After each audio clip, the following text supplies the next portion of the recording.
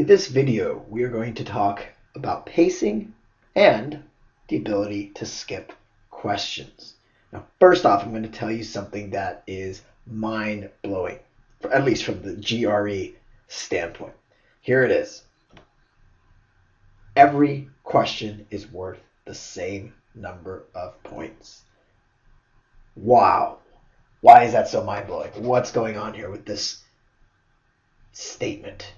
Well, I think almost everybody who takes this test assumes that the hard questions are worth more points. The medium questions are worth slightly fewer points than that. And of course, the easy questions are worth the least number of points. It's intuitive. It must be the case, but it isn't. Again, every question is worth the same number of points. So what does that actually mean in terms of pacing? Well, do the questions that you find easy, because the easy questions are worth the same number of points as the hard questions. So why waste your time with a really difficult question? 2 minutes have gone by and you're really no closer to the answer than when you started, versus using those 2 minutes to solve easy questions. And so I like to think of this as a tree. This is again, please pardon my artwork. Okay, that's tree-ish enough. Here are fruits on the tree. There's some fruits way up here. And maybe you've heard of this expression before, the low-hanging fruit. Assume that every one of these fruits is an orange or an apple. And that fruit is the exact same. That is, this apple is no different from this apple, is no different from this apple. If you wanted to pick 3 apples, where would you pick them from? Well, if you're down here, and you're not a massive giraffe, it makes sense that you would go for the low-hanging fruit, the easy fruit. The GRE is the same way. Identify those questions that are easy and go to those questions. Another way of saying it is do the easy test, the test that for you is easy. Now, this comes down to the next important point is, yes, you can skip questions. And the reason that this is so mind-blowing is the old GRE, well, you weren't allowed to skip a question. You had to answer it before moving on. And that was very stressful. It's something that the new GRE creators wanted to change. And so what you have now is the ability to scroll, to go from question to question to find the easy test. Mind you, I wouldn't scroll all the time just looking for a question that is easy and then skipping the medium ones. But I would definitely use the scroll feature to avoid the difficult questions. Remember, on the medium section for either math or verbal, that is the first section you receive for either math or verbal, will have some difficult questions on it. It will have a bunch of medium questions as well as some easy questions. Find the easy questions and the medium questions by using the easy to use scroll feature, and that way get as many points as you can in as little time as possible or before the time runs out. Now, to figure out what is an easy test for you, it's good to have an idea of which type of questions are harder, which ones are time drainers, etc. Now, first off, this test is section adaptive. I went over this in an earlier video, and essentially what this is saying is the test does not become harder within the section. That is, question 5 is not more difficult than question 3, which is more difficult than question 1, etc. Rather, difficulty within a section is random, but depending how you do within the section determines your next section, the section you get afterwards. And that's why the new GRE is a section adaptive test. However, there is one section, and that is the quantitative comparison section on the math, quantitative section, and again, has the quantitative comparison, in which the questions tend to get more difficult as you go up in number. You will either have a section that has quantitative comparison questions from 1 to 7, or another section will have 1 to 8, meaning that 6 and 7, 7, 8 tend to be more difficult than 1 and 2.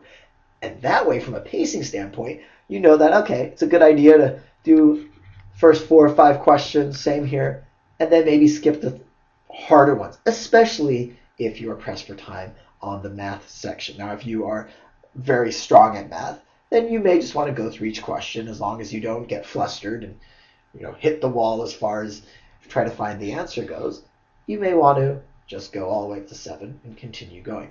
But again, if you're not that confident in math, It's very important to know that the harder questions in quantitative comparison, again, they start the math section, 1 through 7, 1 through 8, tend to be a little bit more difficult. So don't get flustered, go to problem solving, and again, look for the questions that are easy to medium.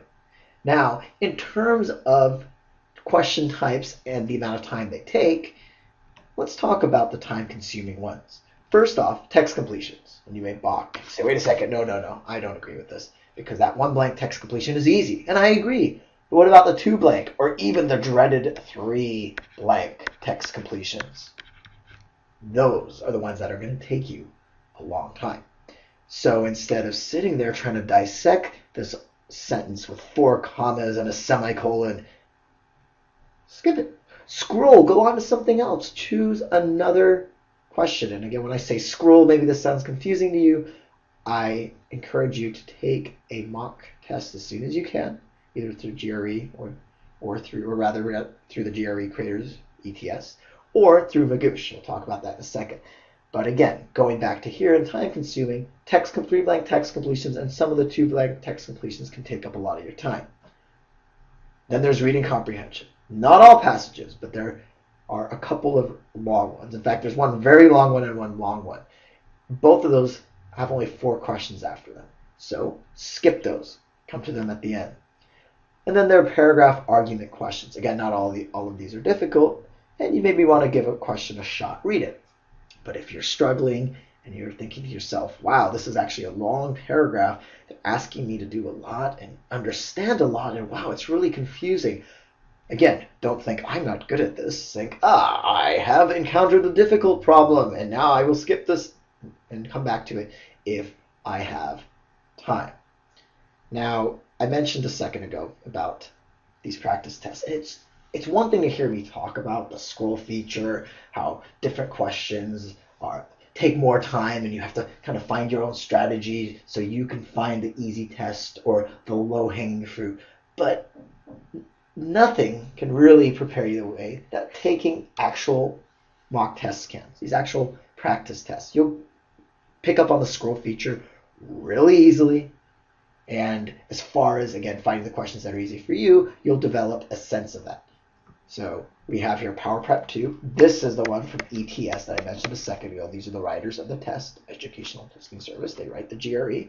And they have here these 2 Power Prep 2 tests. And the reason why it's called Power Prep 2 is Power Prep 1 was for the old GRE. So again, Power Prep 2 has 2 tests, and you can get those with the official guide. They come on a little CD. And then, of course, there's also the Magoosh mock tests. And so you can create a bunch of mock tests using the Magoosh questions themselves, and this will give you the exact feel of taking the GRE in terms of the scrolling, even in terms of the calculator. It's like sitting there and taking the real test. So here you have it. These are the important strategies you need to know in order to pace so that you don't run out of time and that you go for the easy and medium questions first.